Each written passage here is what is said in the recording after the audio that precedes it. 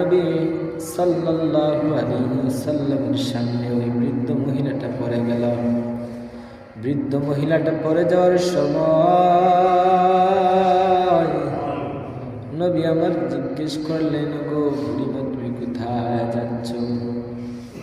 বৃদ্ধ মহিলাটা ডাক দেয়া, কই আমি চলে যাচ্ছি এমন এক জায়গায়, আমি শহর ছেড়ে চলে যাচ্ছি।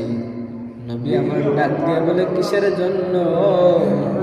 বৃদ্ধ মহিলাটা ডাক দিয়া বলে, আব্দুল্লাহর বেটা মুহাম্মদ বড় হয়ে গিয়েছে, সে আমাকে আঘাত করবে। কিন্তু রে বাজার, আমার নবীর কেমন আদর্শ ছিল শুনে একটু মনোযোগ দিয়ে। আমার প্রিয় নবী সাল্লাল্লাহু আলাইহি ওয়াসাল্লাম, নবী করিম সাল্লাল্লাহু আলাইহি ওয়াসাল্লাম এই কথা শুনে ধৈর্য ধরতে লাগলেন। যখন সেই বৃদ্ধ মহিলাটা এই কথা বলল, নবী আমার চমকে গেলেন।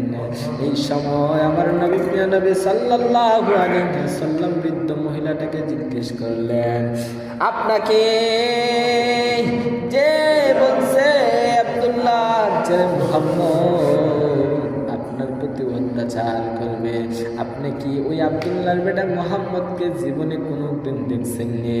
বলে মহিলা ডাক দেয়া বলে, না না না, আমি তার